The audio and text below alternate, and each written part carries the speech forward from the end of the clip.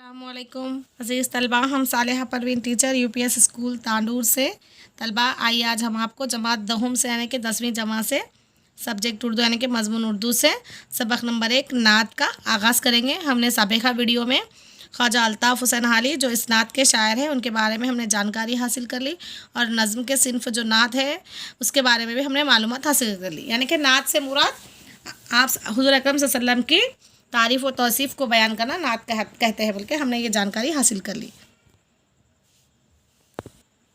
طلبہ، نعت کا آغاز کرنے سے پہلے یہاں پر ابتدائیہ ہے، میں آپ کے سامنے یہ ابتدائیہ یہ جو ایک عبارت ہے یہ عبارت خوانی کروں گی، یہ پیراگراف پڑھ کر سناؤں گی، آپ لوگ توجہ سے سماعت فرمائیے، ٹھیک ہے نا؟ اللہ کے رسول حضرت محمد صلی اللہ علیہ وسلم نے دین کی دعوت دینے کے لیے طائف کا سفر فرمایا۔ آپ صلی اللہ علیہ وسلم نے امید کی کہ وہاں کے سردار آپ صلی اللہ علیہ وسلم کی بات کو سمجھیں گے اور دعوت اسلام قبول کر لیں گے، مگر ان سرداروں نے آپ صلی اللہ علیہ وسلم کی بات سننے سے انکار کر دیا اور شہر کے بدماشوں کو آپ صلی اللہ علیہ وسلم کے پیچھے لگا دیا۔ وہ آپ صلی اللہ علیہ وسلم کو شہر سے باہر نکال دیے۔ وہ شریر لوگ آپ صلی اللہ علیہ وسلم پر پتھر مارتے ہوئے آوازیں کسنے لگے، یہاں تک کہ آپ کو لہو و لوہان ہو گئے۔ آپ صلی اللہ علیہ وسلم نے کہ نالین مبارک خون سے بھر گئے۔ آپ صلی اللہ علیہ وسلم سے وہاں سے ایک باغ میں داخل ہوئے تو ان لوگوں سے کچھ اطمینان ہوا۔ آپ صلی اللہ علیہ وسلم غم زدہ ہو گئے تو اللہ تعالیٰ نے پہاڑوں کے فرشتے کو بھیجا۔ فرشتے نے آ کر کہا، آپ صلی اللہ علیہ وسلم حکم کریں تو میں طائف کے دونوں پہاڑوں کو ملا کر وہاں کے لوگوں کو ہلاک کر دوں۔ تو آپ صلی اللہ علیہ وسلم کی رحمت پر قربان جائیں کہ آپ صلی اللہ علیہ وسلم نے جواب دیا کہ نہیں، اگر یہ لوگ ایمان نہیں لائے تو مجھے اللہ سے امید ہے کہ ان کی نسلوں میں ایسے لوگ پیدا ہوں گے جو اللہ کی عبادت اور بندگی کرنے والے ہوں گے۔ دیکھیے کتنا اچھا یہاں پر آپ صلی اللہ علیہ وسلم نے، اگر ہم سے کوئی لڑتے ہیں تو ہم دوبارہ ان سے لڑنے کے لیے تیار ہو جاتے ہیں۔ یہاں پر آپ صلی اللہ علیہ وسلم کے ساتھ وہ شریر لوگ پتھر مارے، ان کے نالین مبارک یعنی کہ ان کے جوتوں میں تک خون بھر گیا، پھر بھی جب ایک فرشتے آ کر بولے اللہ کے حکم سے تو انہوں کیا اللہ کے پیغمبر وسلم ہمارے کیا بولے، نہیں ان لوگوں کو ختم کرنے کی ضرورت، ان کے 2 پہاڑ ملا دے تو آپ بھی حکم کیجیے بول کے بولے فرشتے اللہ آپ صلی اللہ علیہ وسلم سے۔ تو آپ صلی اللہ علیہ وسلم کیا بول رہے ہیں، نہیں انہوں نے تو ان کی نسلوں میں سے بھی کوئی عبادت اور بندگی کریں گے، اللہ کا ایمان لائیں گے بول کے بولے۔ تو آئیے دیکھیں گے کہ مشہور شاعر حالی نے حضور صلی اللہ علیہ وسلم کے اخلاق کریمہ کو اس نعت میں کس متاثر کن انداز میں پیش کرنے کے پیغمبر وسلم کے جو اخلاق ہے اس کو کس طرح سے اس نعت میں ہمارے مشہور شاعر خواجہ الطاف حسین حالی نے بیان کیا ہے، آج ہم دیکھیں گے۔ طلبہ آئیے میں آج آپ کے سامنے یہ نعت جو 6 مصرے والی نظم کو مسدس کہتے ہیں، یہ نعت کو آج میں آپ کے سامنے پڑھ کر سناؤں گی، آپ لوگ غور سے سماعت فرمائیے۔ نعت پڑھنے کے لیے نہ آواز کی ضرورت ہوتی ہے نہ کوئی چیز کی، بلکہ آپ صلی اللہ علیہ وسلم کی محبت کی ضرورت ہوتی ہے، اس لیے میں آپ کے سامنے یہ نعت پڑھ کر سنا رہی ہوں، آپ لوگ سنیے۔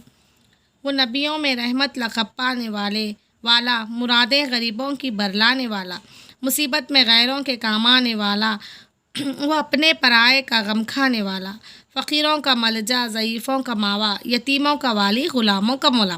دیکھیے طلبہ یہ 6 مصرے والی نظم ہے، اس میں کیا ہے، وہ نبیوں میں رحمت لقب پر ہے کہ یہاں پر اللہ تعالیٰ کیا کہتے ہیں، پیغمبر وسلم کو رحمت العالمین بنا کر بھیجے ہیں۔ شاعر کیا بتا رہے ہیں کہ آپ صلی اللہ علیہ وسلم کو دنیا میں کیا بنا کر بھیجے ہیں، رحمت عالمین بنا کر بھیجے ہیں، مرادیں غریبوں کی برلانے کہ ہر غریبوں کی، ہر لوگوں کی مرادیں برلانے کے لیے آپ صلی اللہ علیہ وسلم کو اللہ تعالیٰ نے رحمت العالمین بنا کر بھیجا۔ مصیبت میں غیروں کے کام آنے والے، وہ اپنے پرائے کا غم کھانے والے، یعنی کہ جو مصیبت زدہ ہیں، جو پریشان حال ہیں، وہ ضعیف ہے، ان لوگوں کو کیا ہے، اور اپنے اور پرائے، کسی کو اپنے پرائے نہیں دیکھتے، اگر کوئی بھی مصیبت میں ہے، پریشانی میں ہے، دکھ میں ہے تو آپ صلی اللہ علیہ وسلم ان کی مدد فرماتے تھے۔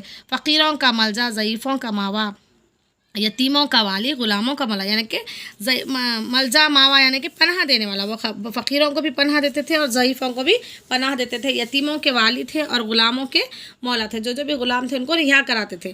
تو اس میں پیغمبر صلی اللہ علیہ وسلم کی شان کریمی کو بیان کیا گیا ہے، ان کی اخلاق کریمہ کو اس میں بیان کیا گیا ہے۔ یہاں پر دیکھیے دوسرے بند میں، اب دیکھیے دوسرے بند میں، خطا کار سے درگزر کرنے والا، بداندیش کے دل میں گھر کرنے والا، مفاسد کا زیر و زبر کرنے والا، قبائل کو شیر و شکر کرنے والا، اتر کر ہیرا سے سوئے قوم آیا اور ایک نسخے کیمیا ساتھ لایا. یہ دوسرے بند میں پیغمبر وسلم کو کیا سمجھا رہے ہیں, کیا بول رہے ہیں, کیا بتایا جا رہا ہے ان کے اخلاق کریمہ کو. آپ دوسرے بند میں شاعر کہتا ہے کہ آپ صلی اللہ علیہ وسلم خطا کاروں کو معاف کرنے والوں میں سے ہیں. اہل مکہ و اہل طائف نے آپ کے ساتھ ظلمانہ و سفاقانہ رویہ اپنایا کہ جب ان کے ساتھ بہت ظلمانہ حرکتیں کی, صفاق یعنی کہ بے رحمی سے ان کے ساتھ برتاؤ کیا, مگر فتح مکہ کے دن آپ صلی اللہ علیہ وسلم نے کیا کیا, سب کو معاف کر دیا اور ہدایت کی دعا ان کے لیے اللہ سے کی کہ اے اللہ ان لوگوں کو ہدایت دیجیے. تو پیغمبر وسلم کے اخلاق کریمہ سے ان کے اخلاق ایسا تھے کہ وہ کبھی اپنے دل میں کینہ کپٹ نہیں رکھتے تھے. تو پہلے بند میں کیا بتایا گیا کہ آپ صلی اللہ علیہ وسلم کو سارے جہانوں کے اللہ تعالیٰ نے سارے جہانوں کے لیے رحمت بنا کر بھیجا تاکہ اس جہاں والوں کو کی نا امیدی کو خوشیوں سے بھر دے, اپنے پرائے کو غمخوار بن کر رنج و عالم سے نجات دلائیں. اور پھر کیا کیا آپ صلی اللہ علیہ وسلم نے ضعیفوں کے ملجا ماوا ہیں, غلاموں کے مشفق و مہربان آغا ہے بول کے بتائے. پھر کیا بولے غریبوں اور فقیروں کو آسرا دینے والے ہیں اور ضعیفوں کے یعنی کہ ناتوانوں کو کمزوروں کو راحت و سکون دینے والے ہیں بول کے یہ بتائیں. تو آپ لوگوں کو سمجھ میں آ گیا ہوگا کہ کس طرح سے آپ صلی اللہ علیہ وسلم کے اخلاق کریمہ کو یہ پہلے اور دوسرے بند میں ہمارے شاعر حالی نے بیان کیا ہے. ٹھیک ہے نا طلبہ, ہم کو بھی اسی طرح ایسے ہی اخلاق کو اپنانا چاہیے. آئیے میں آج آپ کو گھر کا کام دیتی ہوں. طلبہ آئیے میں آج آپ کو گھر کا کام دیتی ہوں. گھر کے کام میں آپ کو یہ 4 سوالات کو لکھ کر مجھے سینڈ کرنا ہے, حل کر. پہلا سوال ہے حضور صلی اللہ علیہ وسلم کو رحمت العالمین کیوں کہا جاتا ہے.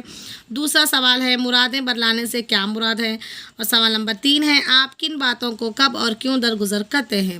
اور سوال نمبر 4 ہے زیر و زبر کرنے سے کیا مراد ہے.